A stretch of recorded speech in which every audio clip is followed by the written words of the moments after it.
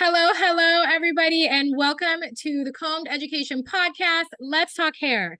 My name is Araz. I am your host. I am a fellow hairdresser. I've been in this industry for 20 something years. And this podcast is a tool for me to help this industry. This is an industry that I've been a part of, that I love, that has done so much for me. And so within this podcast, typically up to this point, it has been basically me just sharing things that I have learned along my journey.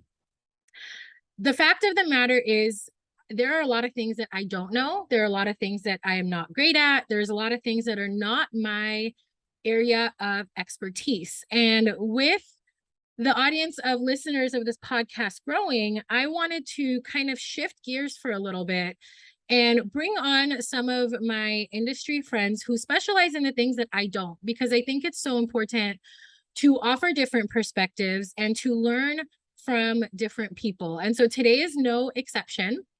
I have a guest on.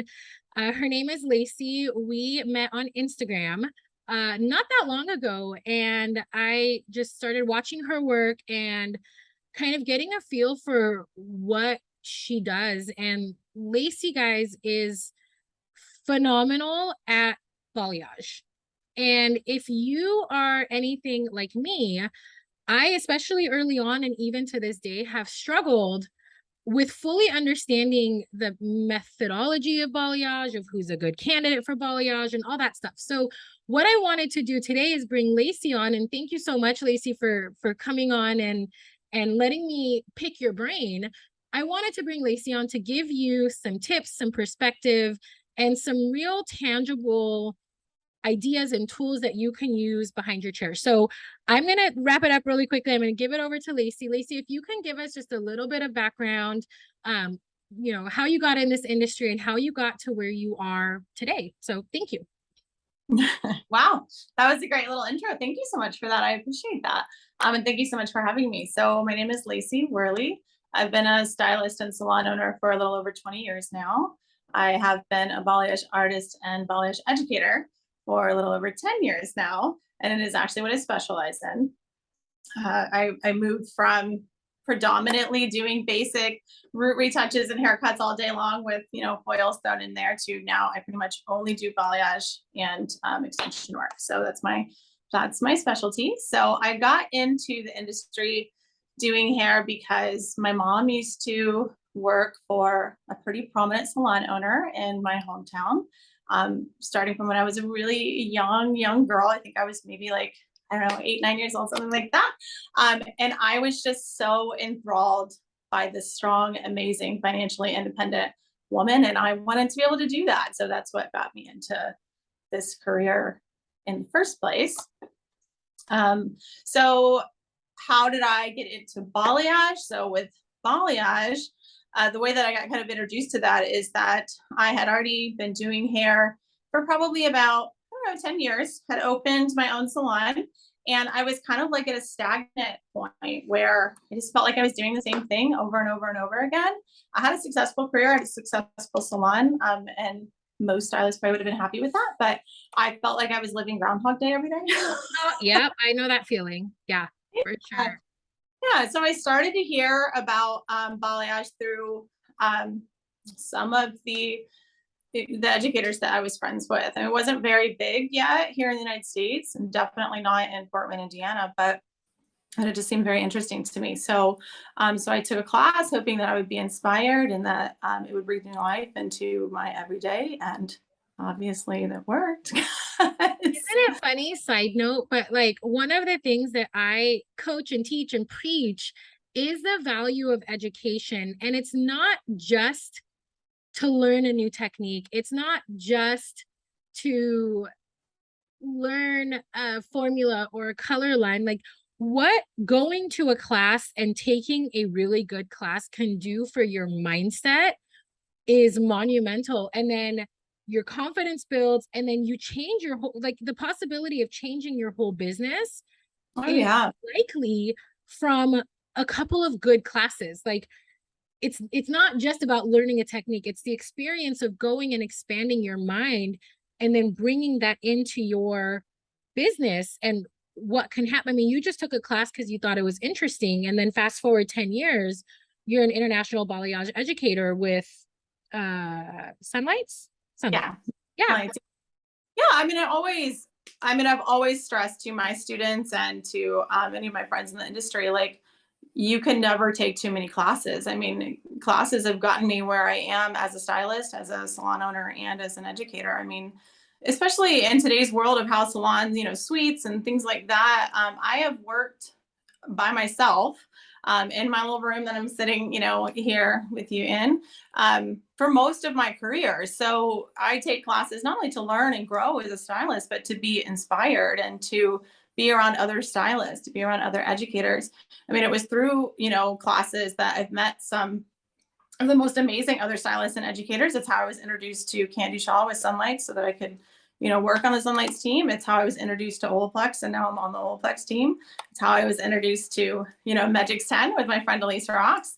And now I'm on the Magix team. So, I mean, there's so many pluses to going to classes. It's becoming a better stylist and a better artist, but it's also keeping us inspired. And it's also, having that camaraderie with other stylists and with, other companies and, learning and growing in so many different ways.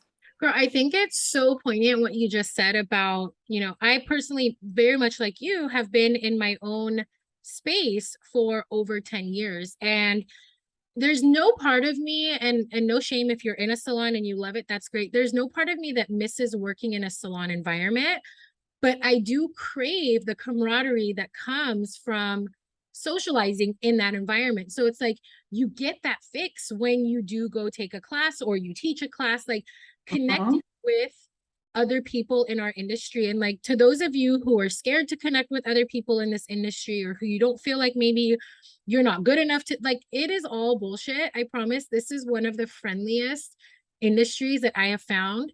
Absolutely. Right. But early on in my career, I thought educators were catty and above me and better than me. And it's like, no, it was my mindset and my, like, how I viewed myself and shrunk myself down, that I thought they were better than me. But being so much more involved in the industry now, it's like, oh my gosh. And especially now, people who are educating, people who are teaching, like, we all really do care about elevating this industry. The egos have calmed down a lot, and like that soul and essence of helping and teaching, that's what's prevalent right now. And like, I mean, this, I am absolutely enthralled and obsessed with taking classes and teaching classes. I truly think that it transformed me as a colorist. And so, side note, major encouragement from Lacie and me, you cannot take too many classes, like free classes, paid classes, online classes. There's always something to learn. So Absolutely. that was a little tangent. So let's go back really quickly, because you went from being a stylist, salon owner, to now being an educator for multiple brands. So how did that even, was it because of social media? Was it like, how did you get, because it's amazing, the brands that you work with. Thanks. I get asked that question a lot, and I don't honestly have a solid answer for that, how that worked, other than to tell, because I mean, when I first became a balayage educator, that was before social media was such a big thing. So, I grew as an educator in a little bit different of a way that you probably would now, because really now you would really grow through social media and that kind of thing. I mean, I grew as an educator originally, just honestly, just by taking classes. I mean, I met people in classes. That's how I met Candy Shaw, was that I took a balayage class from her. And it was actually before Sunlights was even, a thing yet. So I took a balayage class from her, just connected, and I really liked her. I think she liked me. I'm gonna assume so, if you guys are still working together after all these years. Yeah, no, I mean, she's like, my family. So, yeah, so I mean, that's how I started with Candy and with Sunlights, is because I took a class with her. With Olaplex, it was, yeah, definitely through social media. I mean, it was, and also, I mean, I'd have to ask you about that with Magix, but I think with Magix, I mean, again, I mean, it was from my friend Elise Rocks, who I met because she was originally my student. She came and took a private lesson with me. So that's how I met her, and she introduced me to Magix 10. So I mean, again, if I wasn't out there networking and taking classes and teaching classes, and then also, being present on social media, then I wouldn't have had these opportunities that I've had to be on the Sunlights team and the Olaplex team and the Magix team. So, I always tell people all the time, when I'm teaching classes, a lot of times my stylists, my students will talk to me that they're really intimidated about social media. Again, of course, I'm going to give Elise Rocks a lot of plugs because she's my best friend, but she kills it with social media. She's amazing at it. But you know what? Not all of us can be that, right? So I usually just tell people, look, you don't have to master it. You just have to actually show up for it. So, as long as you actually show up. Yeah. So it's okay. funny that you say that, because earlier today I did a podcast with Tanya from Influence PRX, and she represents a couple different brands and a couple different distributors and manufacturers in the hair industry. And we were talking about how important it is to show up on social media, but like one of the key takeaways was that it's called social media. So like you can't just post and ghost, like you have to engage. And so like if you don't feel confident going up to an educator in a class, at least show up on social, right? Like engage with your peers, engage with your industry, engage with your community. And it is amazing how many doors can open.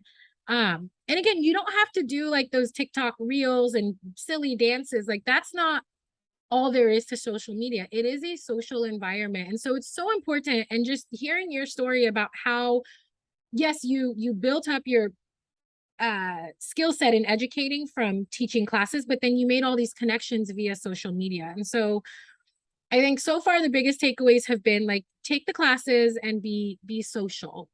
Yeah. Right. Like it's kind of important. So let's talk about balayage, because I think I'll be very transparent and say that I don't do a lot of balayage. It's not second nature for me like foiling is. I feel like I can foil a head of hair to make it look like balayage, but I'm fascinated by the artistry that comes from painting.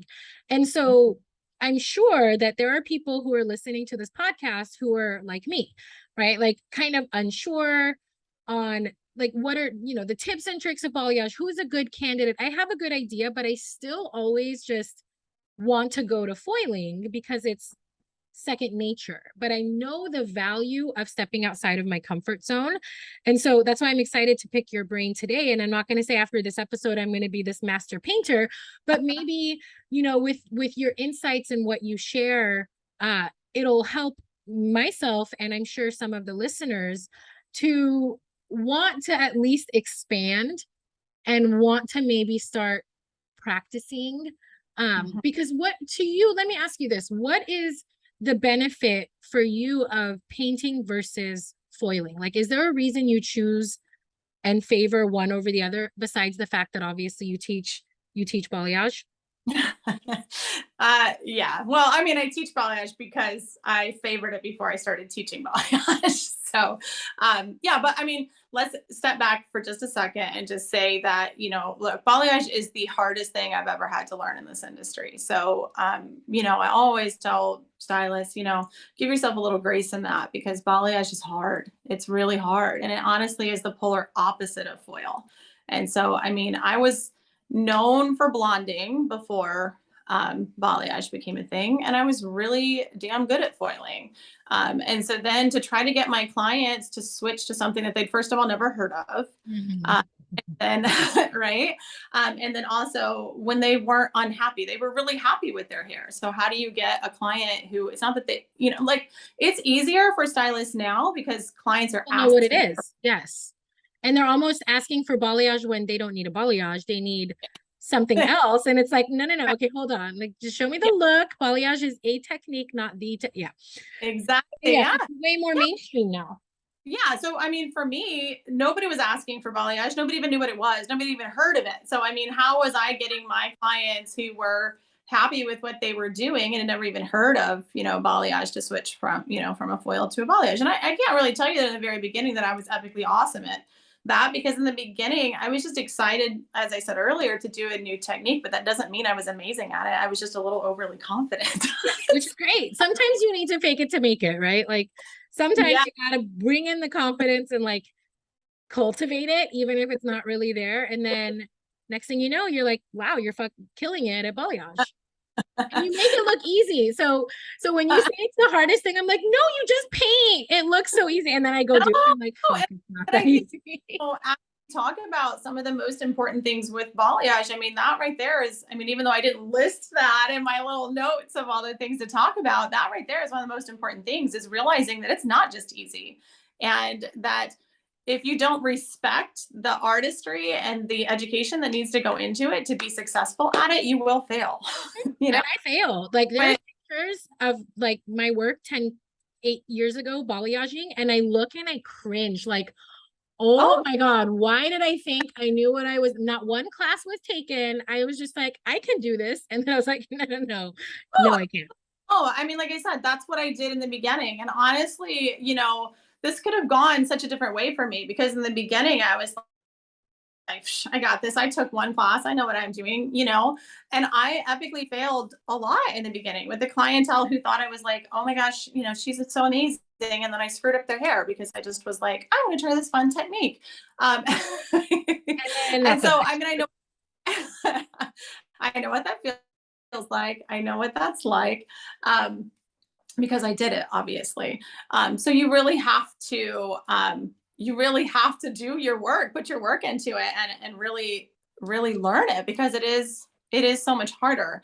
So, and I completely forgot the question you asked me to start with. I think the original question was, why do you choose or favor balayage over Yeah, foiling? And maybe that can kind of lead into like, who is a good candidate for balayage? Because yeah, I think early on for me, I was just like, I can paint everybody.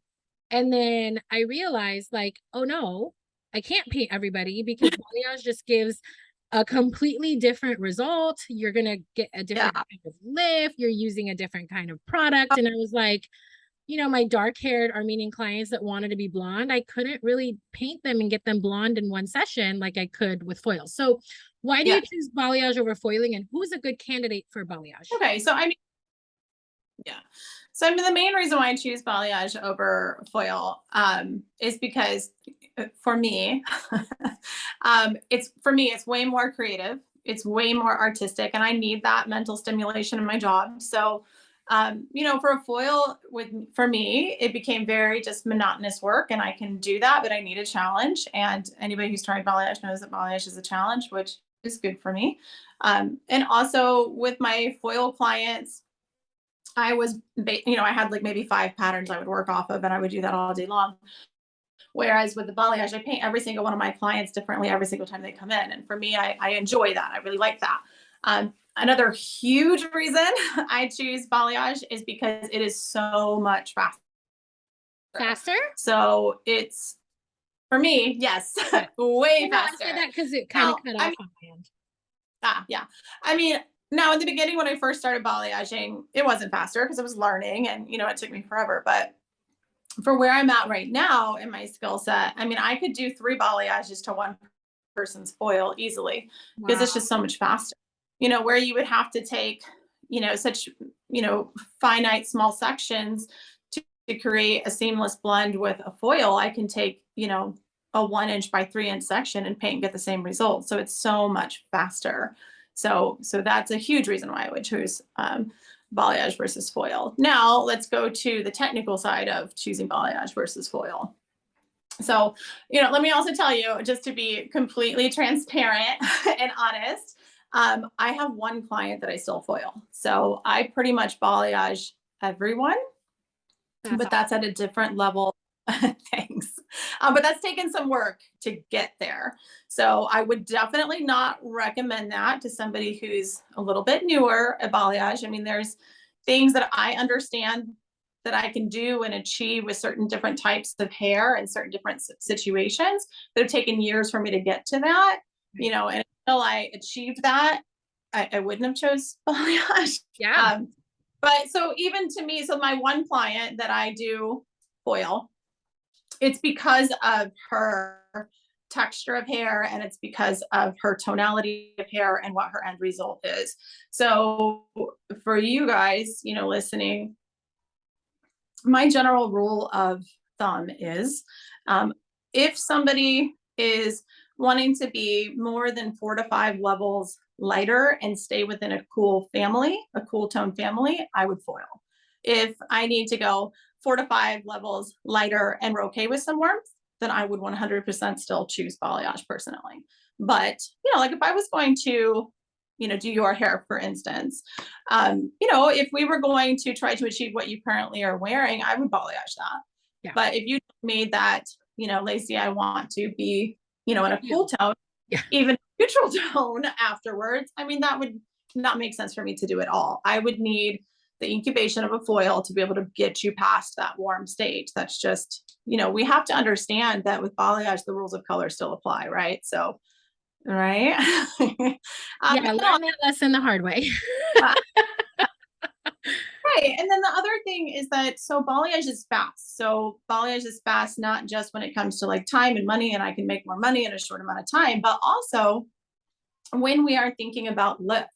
So there's going to be times that I need low and slow, right? Because I need to break through things. I either need to break through artificial color, or, maybe I've got some banding, or like I said, maybe I'm trying to get more than 4 or 5 levels of lift. I'm trying to stay in a cool tone.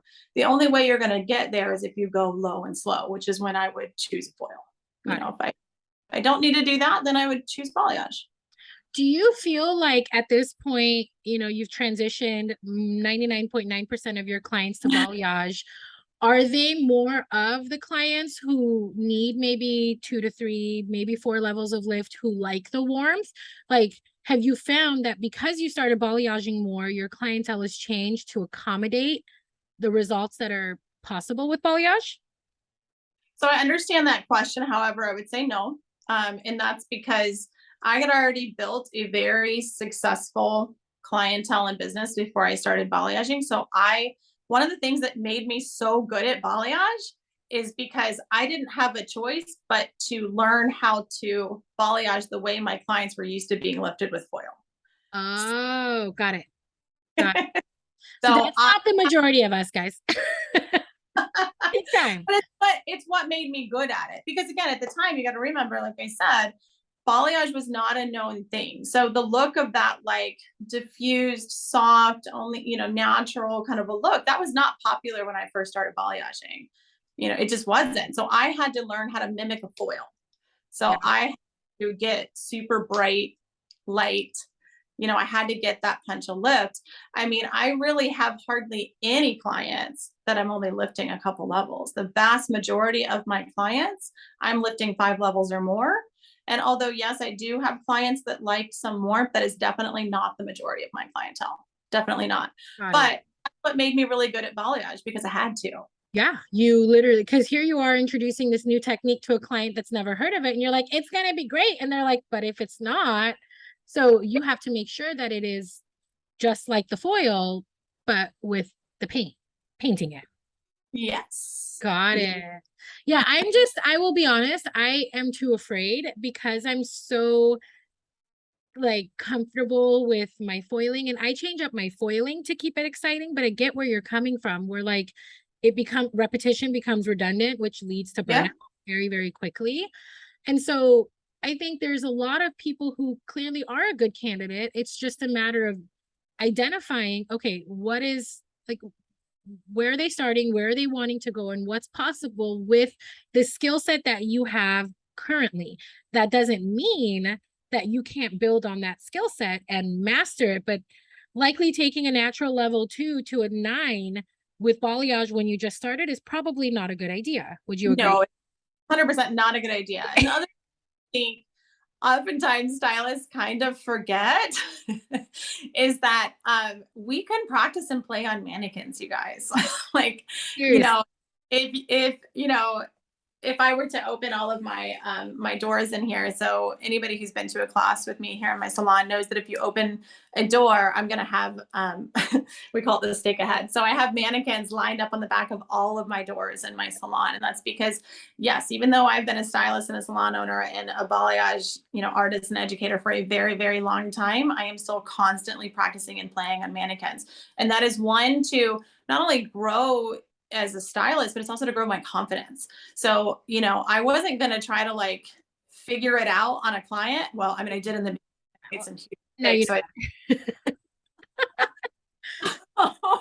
So then what I did was, at the time my girls were really little, so I had two little kids at home. And so what I would do is, at night when they were either in bed or maybe when they were watching TV or whatever, I would break out a mannequin and I would paint her, because then, I could work out those little issues and those tweaks and, things, and not be worried about, Sally getting really mad at me, you And know? please listen to you guys that are listening right now.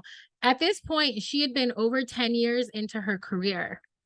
Yeah. So I find a lot of times where I meet stylists who have been in the game for 10 plus years scoff at swatching or scoff at testing on a mannequin. They just take the class and do it on a client. And like, if I could give any unsolicited advice, it's like, please do not ever be above practicing your skill set on a mannequin. Yes, we did that in beauty school, but like there was a reason.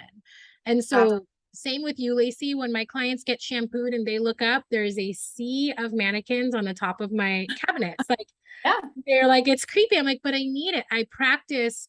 Even a couple months ago, I saw something on, oh God, I think it was like TikToker. I'm like, I want to try that. And it was like an epic fail. I'm like, no, I need to take the class.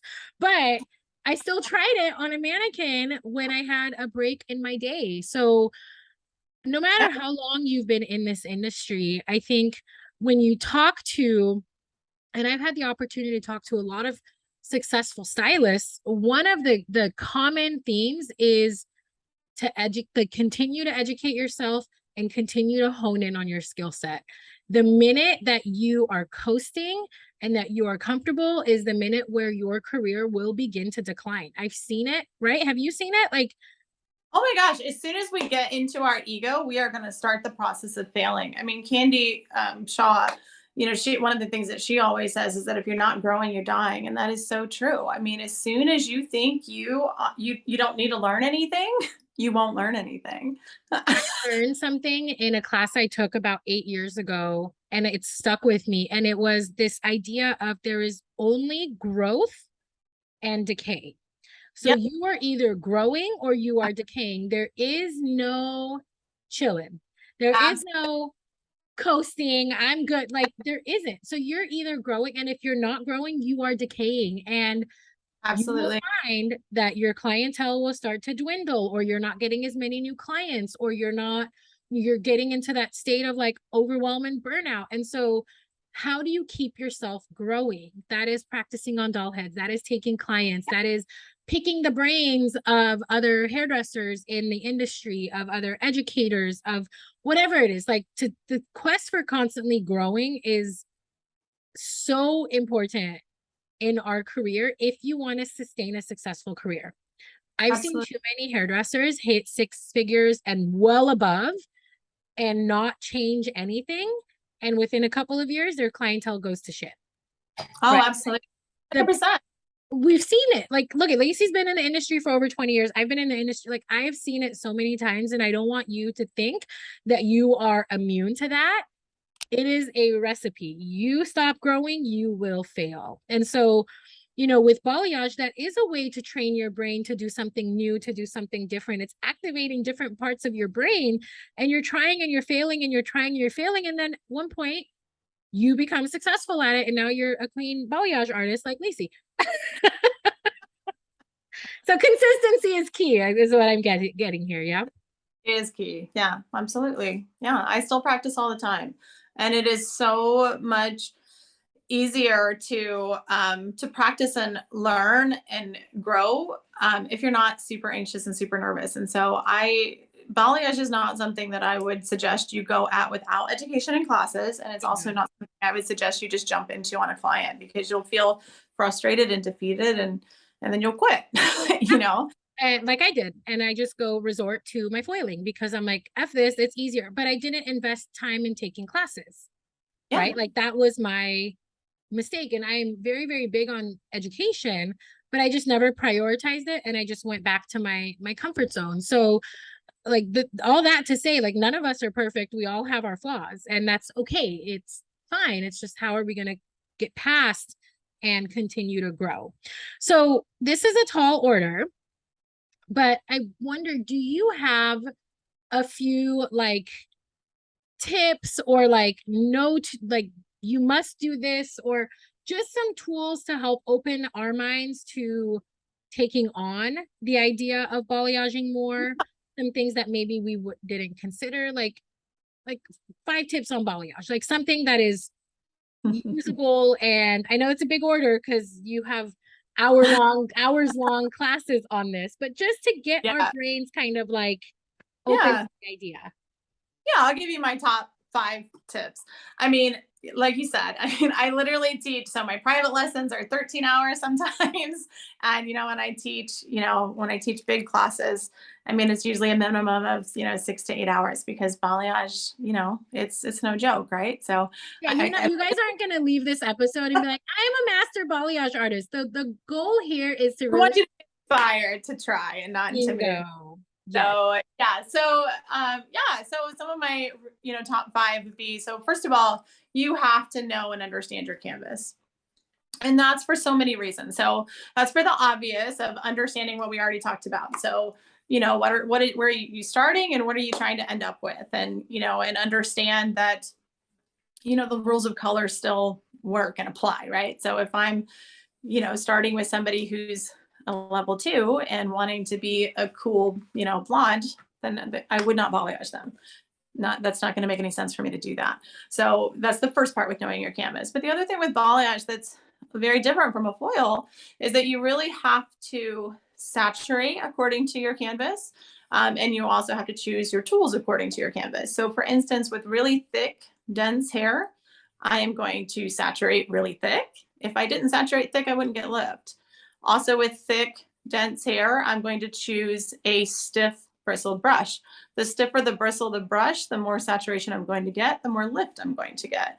If I choose a wimpy brush, I'm going to get wimpy lift.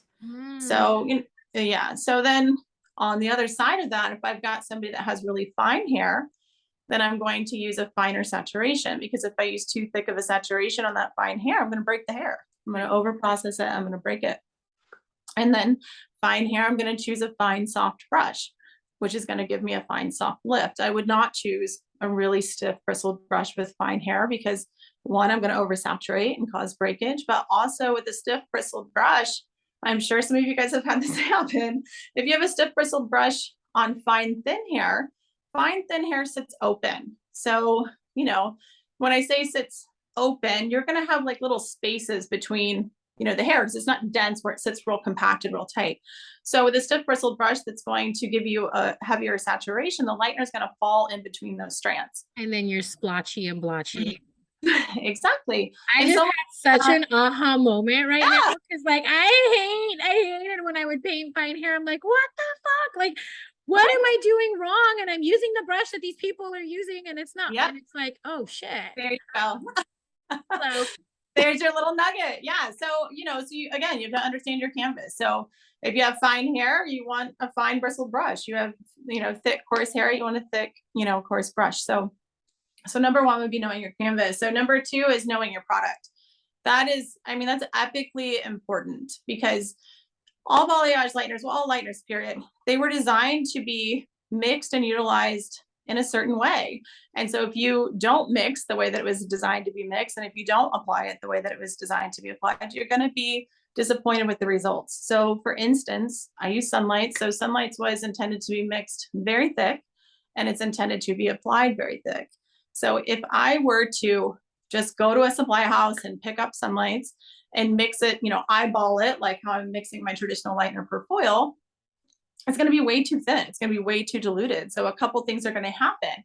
I will have diluted the strength of that lightener with too much developer, because we don't need to go off on this tangent, but power is in the powder. Yes. But you can learn this from Raz's Combed Education, that, and also from my classes as well, that your power is in your powder and your speed is in your developer. Your developer is for your speed. It's how fast or slow you're going to get there. It is not for the strength of your lift. This is in the lightening process. It's different in hair color, but in lightning, yes, it is like just time. That's it. Yes. So if you put too much developer in your lightener, you're just diluting the strength. So you're just going to get to really warm really fast. Right. And I feel like when you're open air painting, you need as much strength as possible because you're not getting 100%. from the foil. So it's funny because hearing you talk about this, it is so similar in what I teach in the fundamentals in a different context because I'm teaching how to formulate, but it is know your canvas, know your chemicals, know your laws. Like all of these fundamentals translate in hair color formulation, in balayage, in hair cutting. Like all of this is so important that I feel like we just glossed over in cosmetology school and then packed it away in our brain and we're like, no, I'm just gonna do hair. And then it's like you mess up enough and you're like, oh shit, maybe I should have paid attention. Right. So that's why educators like Lacie and myself have these tools for you to help like bring back what's important. So okay, you said know your products, know your bleach. Know your product, because I mean, I can't tell you how many times I will teach a class like at a hair show or whatever in the Sunlights booth, and we'll have some random person be like, oh, I tried Sunlights, it doesn't lift, and I'm like, okay, well, let me show you some pictures to prove that that is not the case. And how come could to find it not out, lift and be such a big brand? right? Like, So that's I'm what like, blows my mind. right? So I mean, that obviously tells me that obviously there's something wrong. It's either in your technique or how you're using, but a lot of times what we'll find is that they're not mixing it the way that it needs to be mixed and they're not applying it the way that it needs to be applied. It's not that the lightener doesn't lift. It's that you didn't understand that product and how it works. And that's not just with Sunlights, obviously. That's with all products. I mean, if you use a product that is not how it's intended to be used, you're probably going to be disappointed. Yeah. So it's important to follow manufacturers' recommendations. They're there for a reason. Absolutely. They've spent loads of money to perfect it for a reason. So we need to understand that. So number 3 is with balayage is understanding the difference with saturation with foil and the saturation with balayage. That is a very common mistake that I see when I'm teaching balayage. So when we're foiling, we are saturating the lightener through the hair. When we are balayaging, we are saturating up on top of the hair. So it's a completely different thing. When I'm teaching balayage, I actually speak in terms of doming as opposed to saturating so that people understand the difference. Because with foil, we're so used to kind of like pushing that lightener into the hair. Well, if you do that with balayage, 2 things are going to happen. One, you're going to create all these bleeds and splotchy calico messes, right? Because you're pushing the hair past the lightener past the surface, but you're also actually wiping it off. So, balayage lighteners need to be domed for saturation. It's the lightener itself needs to have enough product to encapsulate to be able to like, so that the clay that's in it can create like a crust to keep it incubated. And if you push that lightener through the hair, then you've deflated that dome or that type of saturation and you're not going to get lift. You're going to get all this splotchiness and you're going to be stuck in some middle tone of warmth. So saturation with foil and saturation. What's that? You said something about the bleach and the clay. I've seen a lot of people open air balayage with bleach that's not a clay based. And that is just a recipe for disaster, right? Like, well, I mean, here's the thing. Without actually like separating it, I mean, I've tried it just for fun and there's no encapsulation that happens. Yeah. So, I mean, okay. So is it possible to balayage with a traditional lightener? Yes, it is. I mean, I used to before balayage lighteners came out because again, I started balayaging before, we had access to a lot of balayage lighteners. However, you will never get the same lift with balayaging without a foil with a traditional lightener as you would with a clay-based lightener and plus you'd have to be so careful to not get bleeds. A clay-based balayage lightener, so like Sunlights has kaolin clay. So a couple things about that. One, it's just a different consistency so that it can be applied really smoothly. It's not gritty at all. Like if I try to paint with a traditional lightener, there's like, it's almost like a grit. So you get like skips. Yeah. It's like application. Yeah. You get like skips in your application.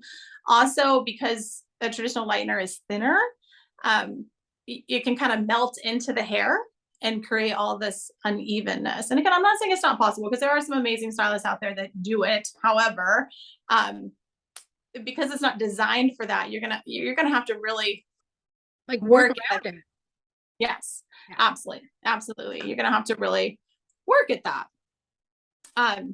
Cool. Sorry I'm I getting interrupted you. So you can go back to your tips that you were sharing.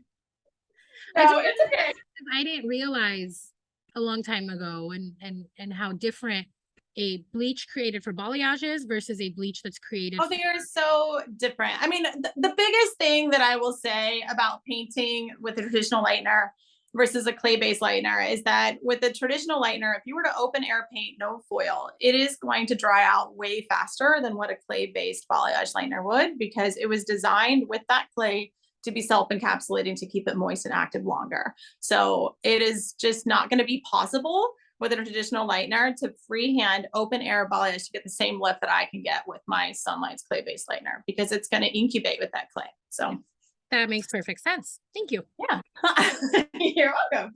All right. So number 4 of one of my top 5 balayage tips is don't be afraid of higher volumes of developer. And that kind of goes back to what we just talked about. So when I am foiling, if I'm foiling, I'm going to go low and slow. So for me personally, when I foil, and I know I just already told you that I only really have one person I foil, but if I have a color correction or something like that that I'm doing with the foil, or when I was known for blonding with foil, I really honestly almost never went above a 20 volume, because I didn't really need to, because again, what we talked about earlier, my strength is in my powder. And so if I know that I need to get super light, I can still, with a 10 volume or a 20 volume, get there in a foil, because the foil is going to keep that incubated and keep it active. Yep. So, I just let it sit on there longer and it'll still get to where it needs to get in a slow, healthy, process. But with balayage, that's completely different, because you don't have foil to incubate it. It is self-incubating with the clay, but it's completely different. with a clay-based balayage, you've really got about a max of 45 minutes to an hour of processing time before it's going to dry out. So if I were to mix with a 20 volume, I'm probably not going to, unless we were only trying to get a couple levels of lift, obviously, but I'm really probably not going to get the kind of lift I'm intending to get in that max of 45 minutes. I just don't have that same incubation processing time. So with balayage, we almost always use 40 or 50 volume. It scares a lot of people. The first time I heard that, Lacie, I was like, what the fuck? Excuse my language, but I was like, this is insane. Because I was always taught like lower volume developers are, the higher the volume of the developer, the more damage it causes. But hearing you explain the difference makes so much more sense. So it's not like you're incubating with 50 volume under the dryer. Like it's exactly for that, because you don't have that much time. Yeah. Sorry, that I just remember. No, some of you. No, and same thing. It was the same thing. And just as a little side note, so I have on Facebook a free group for student stylists called The Hair Form with Lacie Wehrle, and on there you can search videos that I've posted in lessons, and one of them that will go way in more depth of what I'm talking about that you can search in that forum is why 50 volume. And it's literally, I think, like an hour and a half of why 50 volume to really explain that. All of these resources in the caption of this podcast, so that you can go click. You can find her Facebook, her website, all of her content. If you're serious about wanting to learn balayage, I think Lacie is a really great resource. Even if just watching her technique is a great first step, and then moving into possibly taking in-person classes, private classes, like all of it is possible. So I will link that in the caption of this podcast. Thank you for that. So just one more thing on the 50 volume, higher volumes that I'll touch on, but again, I have full lessons on that you can follow and watch. But so I talked about a little bit earlier understanding the difference with saturation. So with balayage, it's more of a dome kind of a saturation, because we're building up on the hair, not through the hair. So if we understand that with saturation, then we can manipulate our saturation to determine the type of lift we're getting. So the higher the dome, which equals more saturation, the longer that lightener is going to be able to incubate for, means the more lift I'm going to get. But if I make a smaller dome, so less saturation, it's not going to be able to incubate as long, right? Because it's going to dry out. So that means that I can mix my 50 volume with my Sunlights, or whatever your balayage lightener is, and I can incubate that at a 10 volume type of saturation, a 20 volume type of saturation, a 30 volume. So, stylists will ask me, well, don't you worry about painting onto hair that's already previously lightened with 50 volume? Well, no, because I understand the laws of balayage and saturation. So I would only saturate that at a very low dome. So it's only going to lift to the equivalency of a 10 volume. Yeah, or absolutely. So yeah. And then my number 5, and when I wrote this on my notes, I put it in all capital letters because it's probably the thing that I feel like I teach to the most as a balayage educator is do not overpaint. So it's the same as like overfoiling. Like yes. you're literally pigeonholing yourself to get rid of dimension, right? Like absolutely. So, you know, I mean, I was known for blonding. And when I was a foiler, I was known for getting super, super blonde. And I mean, I would put 5 million little foils in there and whatever. And so when I first started balayaging, I way overpainted and would try to do the same thing. And then I would shampoo them out, blow dry them, and it all looked like a wash. And it actually didn't even really look that light. And I'm like, I just painted all of these highlights in there. Well, they all just kind of meshed, you know, it's like, where'd they go? They all just kind of meshed together. So with balayage, I always say don't be afraid of the dark, because it's those dark pieces that you don't paint that makes the part that you do paint stand out and pop and look that much more important. So I'm very intentional with not only what I do paint, but also with what I don't paint. If I really want something to really pop and stand out and look lighter than it is, then I leave dark underneath or behind it.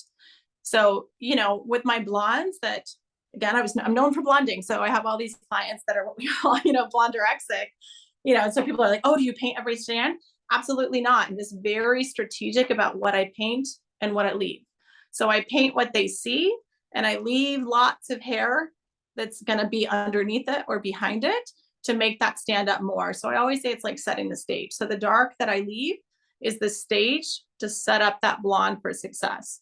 So most of my clients, I paint in 13 sections and that's it. wow. And they look blonde. Yeah, they look very blonde.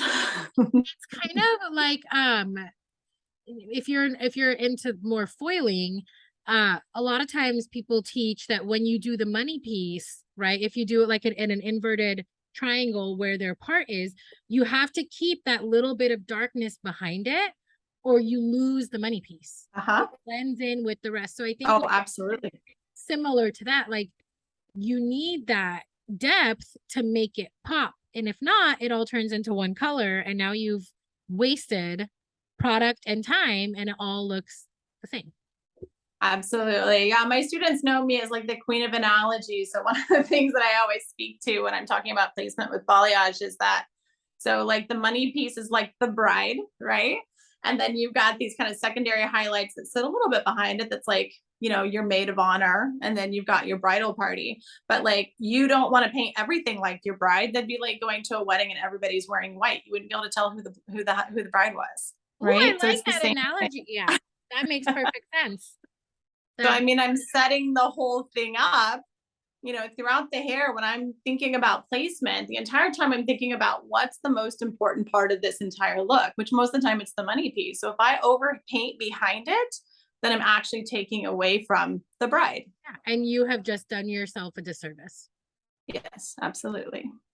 Absolutely. Cool. Oh my gosh, Lacie, I had so many aha moments just in this little 40-minute podcast up 30, however many minutes we've been doing this. You know, I think, like I said in the beginning of this episode, when I started following you and I watched your content and I saw the results, I could tell that you understand the, like, what did you call it? The laws and the artistry of balayage. It's a difference of just, oh yeah, I paint hair versus like, there is so much strategy behind what you do. And I feel like you make it look so effortless, but it's nice to hear the human side of it of like, no, you struggled with it for a while too. It wasn't something that you just got right away. But it's like if Lacie could get from struggling and not getting it to creating beautiful heads of hair with 13 sections painted, like it's very possible for all of us, and how important it is to really step outside of our comfort zones. And I feel like you gave way more than I was anticipating, way more than I was expecting. I feel like you are a wealth of knowledge, and I am super inspired by the work that you create and how you teach. I personally, every time I've heard you teach or heard you present, I feel like you really do care about this industry. So I think as a fellow educator, I appreciate that. Sharing your tips and tricks and not gatekeeping everything is so inspiring, and I think so important. So I just want to say thank you. I appreciate your time. I know you're busy. I Thank know you so much. Thank you so much. And thank you so much for everything that you do for all of us in our industry. I mean, the best way for our industry to raise up is to raise up together, right? So, which is it's absolutely. been my goal since day one. Thank I'm the only person I'm competing with is the stylist I was yesterday. That's it. And how can we, from what we've learned, from our trial and errors, from our mistakes, from our wins, help other people? Yeah. Right? Like one of my biggest whys is a quote from Maya Angelou, and it says, when you learn, teach. And Mhm. that was the catalyst for me to even start combed education. And especially in this industry now where a lot of us are in suites and working solo, it's so important Mhm. to be able to teach. And the truth of the matter is what and how I teach doesn't resonate with everybody, and that's okay. What and Yeah. how you teach doesn't resonate with everybody, and that's okay. Like, Yeah. I think your people find you. Oh, no, absolutely. I mean, I always tell stylists, take as many classes as you possibly can for multiple reasons. But one big reason is you have to find the educator that speaks your language. Absolutely. So, and once you find the educator that speaks your language, then that's amazing. But, don't just take one class here and there. You have to find, the educator or the class or whatever that speaks your language. Yeah.